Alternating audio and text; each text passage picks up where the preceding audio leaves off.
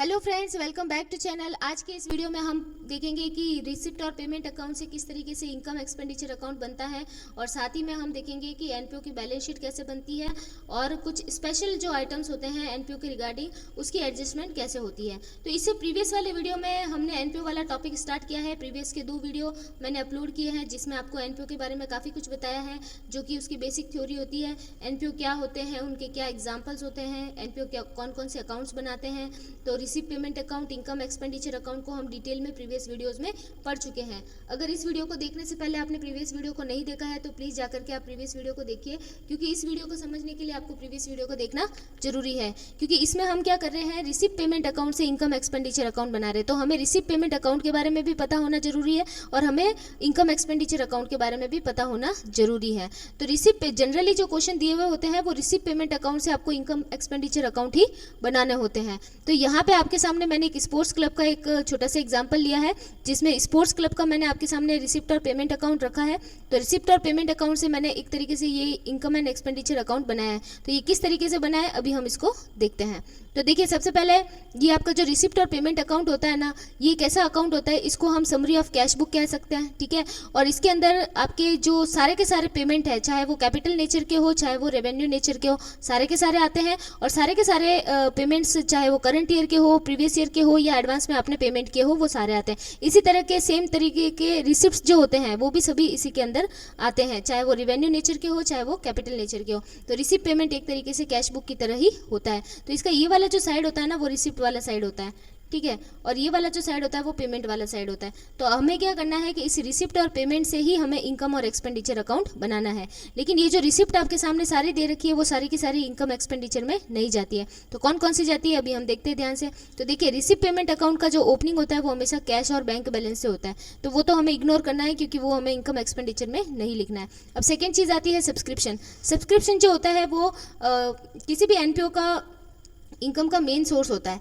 तो ये एक तरीके से हम इसको रिवेन्यू रिसिप्ट कह सकते हैं। तो ये रिवेन्यू रिसिप्ट होती है एनपीओ की, क्लियर है।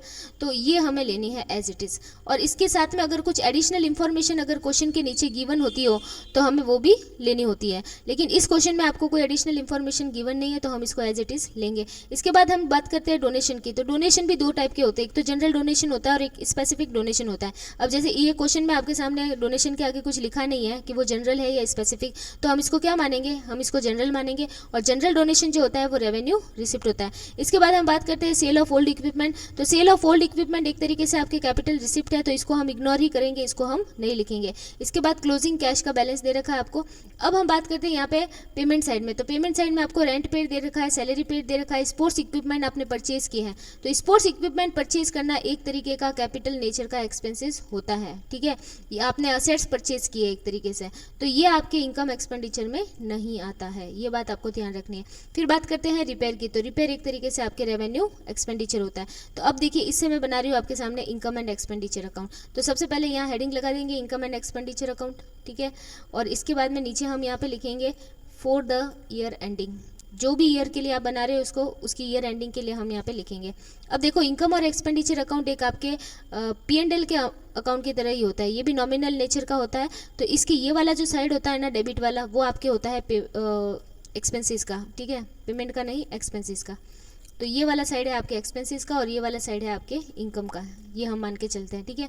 क्रेडिट वाला साइड जो होता है वो इनकम का होता है। तो अब देखो, इनकम का जो इनके मेन सोर्स है वो है सब्सक्रिप्शन। तो सब्सक्रिप्शन हम एज इट इज़ लिख रहे हैं क्योंकि हमें कोई स्पेशल इन्फॉर्मेशन मेंशन नहीं है।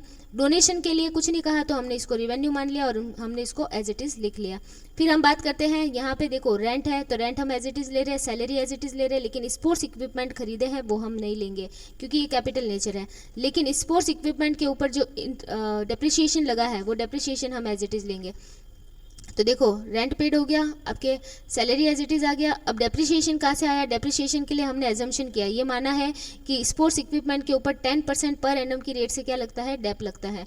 तो वो डेप हमने खुद ने लगाया है 40,000 पे। 40,000 पे 10% हम करते हैं तो कितना आता है 4,000। तो 4,000 हमने यहाँ पे कैलकुलेट किया। क्वेश्चन में आपको क्लियरली गिवन होगा कि कितना आपके डेप्रिसिएशन चार्ज करना है असेट्स के ऊपर। फिर हम रिपेयर की बात करें तो रिपेयर हमने एज इट इज़ यहाँ से उठा लिया है जो अमाउंट था उधर रिसिप्ट पेमेंट में। इसके बाद हम क्या करेंगे, ये सरप्लस हमने बाद में निकाला है। कैसे निकाला है? सरप्लस का मतलब क्या होता है? Excess of income over expenditure. तो यहाँ पे क्या रहा है, इस साइड की हमने टोटल की पूरी, तो वो 1,80,000 आ रही थी, और इस साइड की जो हमने सरप्लस से ऊपर तक की जितने भी आइटम्स है इन सब की क्या की, टोटल की। तो जो भी टोटल आई है उसको हमने 180 में से लेस किया, तो वो क्या आ गया 36,000 का सरप्लस आ गया। इन केस कभी कभी डेफिसिट भी आ सकता है, तो डेफिसिट इस तरफ लिखा जाता है। ठीक है, डेफिसिट का मतलब क्या होता है? Expenses over income. ठीक है, एक्सपेंडिचर ओवर क्या होता है? इनकम। तो ये आपके था एक छोटा सा केस स्टडी कि कैसे बनता है।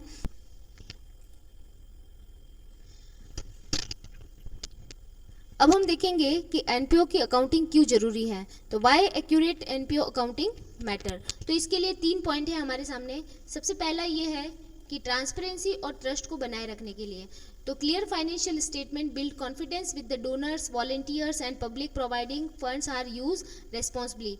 तो ये जो पब्लिक जो फंड प्रोवाइड करती है एनपीओस को, और जो डोनर्स उनको फंड देते हैं, तो वो उसका यूटिलाइजेशन कहाँ कहाँ पे कर रहे हैं, उनके सोर्सेज और कौन कौन से हैं, तो ये सारी चीज़ें, और उसका जो ट्रस्ट है, जो ट्रस्टीज़ होते हैं, जो वॉलंटियर्स, जो डोनर्स होते हैं, उनका ट्रस्ट एनपीओ में बनाए रखने के लिए उनकी एक्यूरेट अकाउंटिंग जरूरी है। सेकेंड हम बात करते हैं अकाउंटेबिलिटी एंड कंप्लायंस। तो अकाउंटेबिलिटी और कंप्लायंस को बनाए रखने के लिए भी एनपीओ की अकाउंटिंग की जाती है। तो essential the statutory audits and adhering to legal requirements and reporting to grant making bodies.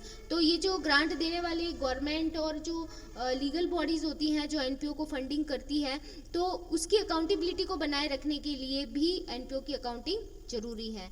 Second हम बात करते हैं स्ट्रेटेजिक डिसीजन मेकिंग। तो accurate data informs the budgeting end fund raising strategies and operational efficiency ensuring long term sustainability।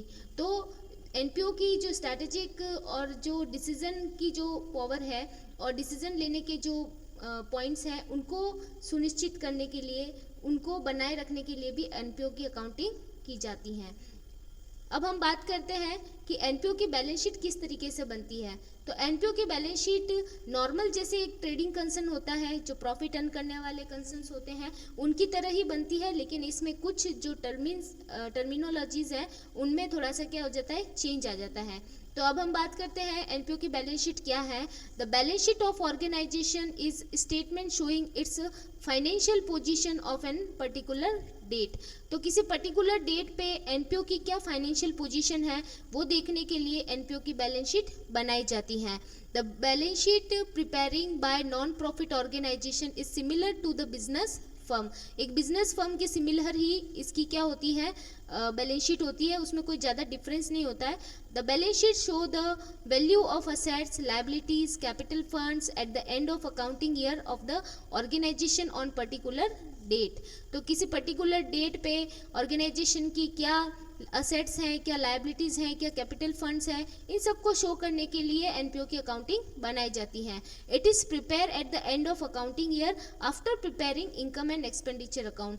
तो ये किसी भी accounting year की एंडिंग में बनाई जाती है, और इसके लिए पहले हमें इनकम एक्सपेंडिचर अकाउंट बनाना जरूरी होता है, क्योंकि इनकम एक्सपेंडिचर अकाउंट के अंदर से ही हमें पता चलता है कि उनको सरप्लस हुआ है या फिर डेफिसिट। तो सरप्लस और डेफिसिट की जो अमाउंट होती है वो एनपीओ के कैपिटल फंड में ऐड होती है।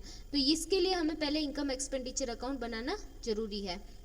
ये देखिए आपके सामने एक छोटा सा मैंने बैलेंस शीट का फॉर्मेट रखा है जो कि काफ़ी छोटा है। यहाँ पे हमने कैपिटल फंड, ये थोड़ा सा शॉर्ट फॉर्मेट है ताकि आपको एक बेसिक आइडिया बन जाए कि किस तरीके से इनकी बैलेंस शीट बनती है। तो जनरल बिजनेस में हम क्या करते हैं, यहाँ पे कैपिटल लिखते हैं और इसकी जगह पे यहाँ पे हम क्या लिखेंगे, कैपिटल फंड लिखेंगे, और उसमें हम ऐड करते हैं सरप्लस। ये पूरा लाइबिलिटी वाला साइड है, और ये होता है सब्सक्रिप्शन रिसीव्ड इन एडवांस, जो सब्सक्रिप्शन एडवांस में रिसीव हो जाता है, जिसको जनरली हम अनअर्न इनकम कहते हैं। तो यहाँ पे सब्सक्रिप्शन रिसीव इन एडवांस के नाम से लिखा जाता है। आउटस्टैंडिंग वेजेस यहाँ पे लिखेंगे, आउटस्टैंडिंग सैलरीज, तो जो भी आउटस्टैंडिंग एक्सपेंसेस है वो सब यहाँ पे लिखेंगे। और ये वाला जो साइड होता है वो पूरा असेट्स वाला साइड होता है, जहाँ पे मैंने एक एग्जांपल के तौर पे बिल्डिंग लिखा है, उसमें से लेस करना है डेप्रिसिएशन। फिर यहाँ पे फर्नीचर लिखेंगे, उसमें से लेस करेंगे डेप्रिसिएशन। तो जितने भी सारे असेट्स हैं उनमें से लेस डेप्रिसिएशन करके उनका जो फाइनल अमाउंट है वो हम आउटर में लिख लेंगे। इसके बाद में सब्सक्रिप्शन रिसीवेबल, तो जो भी सब्सक्रिप्शन आपका रिसीवेबल है, जो आउटस्टैंडिंग सब्सक्रिप्शन है वो हम यहाँ पे लिखेंगे, ठीक है। और प्रीपेड रेंट, जो भी आपने एक्सपेंसेस प्रीपेड किया है वो हम यहाँ लिखेंगे। फिर ये है आपका कैश, कैश का और बैंक का जो बैलेंस होता है वो हम यहाँ पे लिखेंगे। तो ये कि बेसिक वाला जो है आपके फॉर्मेट है, ये आपका डिटेल फॉर्मेट है। इसमें आपको बैलेंस शीट की हेडिंग एज एट जिस भी डेट पे आप इसको बना रहे हैं वो हम यहाँ लिखेंगे। इसके बाद ये सेम है लेकिन इसको थोड़ा सा डिटेल में हमने लिखा है कि ये जो कैपिटल फंड होता है इसका ओपनिंग बैलेंस यहाँ पे लिखा, उसमें सरप्लस अगर है तो ऐड किया है, और अगर डेफिसिट है तो उसको लेस करना है। फिर लाइफ मेंबरशिप फीस एक तरीके से कैपिटल रिसिप्ट होती है तो वो आपके कैपिटल फंड में ऐड होती है, और लेस करेंगे एंट्रेंस फीस, तो सॉरी ऐड करेंगे हम एंट्रेंस फीस, क्योंकि एंट्रेंस फीस भी कभी कभी क्या होती है कैपिटल नेचर की होती है। वो क्वेश्चन में आपको गिवन होता है, क्लियरली मेंशन होता है कि एंट्रेंस फीस आपकी कैपिटल नेचर है या फिर रेवेन्यू नेचर। फिर उसमें हम ऐड करते हैं लेगेसीज, लेगेसीज भी समटाइम्स क्या होती है कैपिटल नेचर की होती है, तो उसको भी हमें कैपिटल फंड में ऐड करना है। इसका अल्टरनेट ये है कि अगर आप कैपिटल फंड में इनको ऐड नहीं करना चाहते, लाइफ मेंबरशिप फीस को और एंट्रेंस फीस को और लेगेसी को अगर आप ऐड नहीं करना चाहते तो आप अलग से भी इनको कैपिटल फंड के नीचे एक्स्ट्रा लिख सकते हैं, और अगर ऐड करके लिखना चाहते हो तो ऐड करके भी लिख सकते हो, ठीक है। फिर हम बात करेंगे स्पेसिफिक फंड और डोनेशन। तो जो भी स्पेसिफिक फंड और डोनेशन होता है, जो स्पेशल होता है, किसी पर्पस के लिए दिया जाता है, तो उसका जो ओपनिंग बैलेंस है वो यहाँ लिखेंगे, और ईयर में जो भी आपने रिसिप्ट की है ड्यूरिंग द ईयर वो हम उसमें ऐड करेंगे, और ऐड इनकम अर्न और इन्वेस्टमेंट। तो उसके स्पेशल फंड के रिगार्डिंग अगर कोई इन्वेस्टमेंट आपने कहीं पे कर रखी है, स्पेशल फंड को कहीं पे इन्वेस्ट कर रखा है, तो उस पे जो भी आपने इनकम या इंटरेस्ट जो भी अर्न किया है वो आप यहाँ पे लिखेंगे, ठीक है।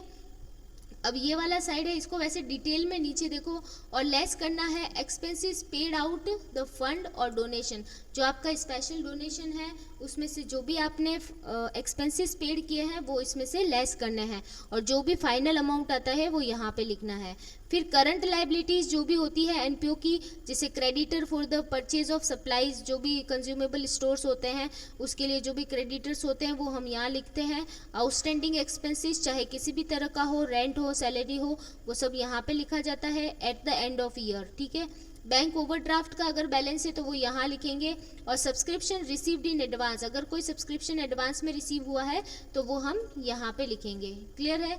तो ये तो इसका डिटेल है। और अब असेट्स की साइड की बात करते हैं, तो असेट्स में आपका यहाँ पे ओपनिंग बैलेंस है, जैसे कोई भी फिक्स एसेट्स हो सकता है, चाहे बिल्डिंग हो, लैंड हो, फर्नीचर हो, स्पोर्ट्स मटेरियल हो, या कोई भी इक्विपमेंट हो, तो वो कोई भी यहाँ पे हो सकता है, उसका ओपनिंग बैलेंस होगा। और एडिशंस का मतलब अगर आपने ड्यूरिंग द ईयर कोई परचेज किया है तो उसको आप ऐड करेंगे, और लेस में आप करेंगे book value of assets sold during the year. आपने कोई अगर ड्यूरिंग द ईयर कोई सोल्ड किया है असेट्स को तो उसको आप लेस करेंगे, और ही साथ में लेस करेंगे उसका डेप्रिसिएशन। तो ये तीन चीज़ें लेस और ऐड करने के बाद में जो फाइनल अमाउंट आती है उसको हम यहाँ पे आउटर में लिखेंगे। फिर हम बात करते हैं इन्वेस्टमेंट्स की। तो इन्वेस्टमेंट कई तरह के होते हैं, जैसे स्पेसिफिक फंड का कोई इन्वेस्टमेंट है, जैसे बिल्डिंग फंड के लिए हो गया, या फिर प्राइस फंड के लिए हो गया, या किसी भी तरह का कोई स्पेशल इन्वेस्टमेंट है तो वो हम यहाँ पे उसकी अमाउंट लिखेंगे, और उसका जो ओपनिंग बैलेंस है वो हम अंदर की तरफ ही लिखेंगे, और उसमें कुछ एडजस्टमेंट हम करेंगे, जैसे investment made during the year add करेंगे, investment use during the year वो लेस करेंगे, और करंट असेट्स और जो होते हैं वो अलग से हम यहाँ पे लिखेंगे। तो ये जो इसका फाइनल अमाउंट आता है वो हम यहाँ पे बाहर लिख देंगे। इसको एक तरीके से आपको 2-3 बार पढ़ के याद करना होगा, तब जाके आपको ये थोड़ा इजी लगेगा, समझ में आएगा। इसका जो पीडीएफ नोट्स है मैंने आपको टेलीग्राम में इसका लिंक डिस्क्रिप्शन में डाल दिया है, टेलीग्राम में आपको प्रोवाइड कर दूंगी, और इसका कंप्लीट पीडीएफ भी मैंने अभी रेडी किया है तो वो भी मैं आपके टेलीग्राम चैनल पे अपलोड कर दूंगी, उसका लिंक डिस्क्रिप्शन में आपको प्रोवाइड कर दूंगी। तो इसके बाद हम देखेंगे करंट असेट्स। करंट असेट्स में बहुत जो भी करंट असेट्स होते हैं, जैसे कंज्यूमेबल स्टोर का हो गया, उसका जो ओपनिंग बैलेंस है वो हमें यहाँ पे लिखना है। अगर परचेज ड्यूरिंग द ईयर किया है तो वो ऐड करना है, और अगर कोई आपने कंज्यूम किया है तो वो लेस करना है, तो फाइनल जो बैलेंस होगा वो बाहर आ जाएगा। आउटस्टैंडिंग सब्सक्रिप्शन करंट ईयर का, प्रीवियस ईयर का जो भी आउटस्टैंडिंग है वो दोनों लेकर के ऐड करके बाहर लिखने हैं आपको आउटर में। इसके बाद में कोई अक्रूड इनकम हुई है तो वो आपको लिखनी है, ठीक है। और फिर कैश और बैंक के बैलेंस लिखने हैं। तो इस तरीके से आपकी क्या बन जाती है, एनपीओ की बैलेंस शीट बन जाती है। तो इसका डिटेल फॉर्मेट आप एक दो बार लिख के इसको अच्छे से याद कर सकते हो। इसके बाद देखिए हमारे पास में आते हैं accounting treatment of some special items. तो ये एक आपके सेपरेट वीडियो में बना दूंगी इसके ऊपर कि जो स्पेशल आइटम्स होते हैं, जैसे एंट्रेंस फीस हो गया, लाइफ मेंबरशिप फीस हो गया, डोनेशन हो गया, तो इन सब का एडजस्टमेंट कैसे करना है इसके लिए मैं एक सेपरेट वीडियो बना दूंगी, इसका पार्ट 4 करके, ठीक है। तो यहाँ तक का वीडियो अगर आपको अच्छा लगा है तो आप लाइक कीजिए, और अगर चैनल पे आप नए हैं और आपने चैनल को सब्सक्राइब नहीं किया है तो आप सब्सक्राइब कर दीजिए। और आपको जो भी टॉपिक पे वीडियो चाहिए वो कमेंट में आप लिख करके मुझे बता दीजिए, ताकि मैं उसके ऊपर आपको डिटेल वीडियो और उसका पीडीएफ नोट्स आपको प्रोवाइड कर सकूँ। ओके, मिलते हैं नेक्स्ट वीडियो में। Bye bye.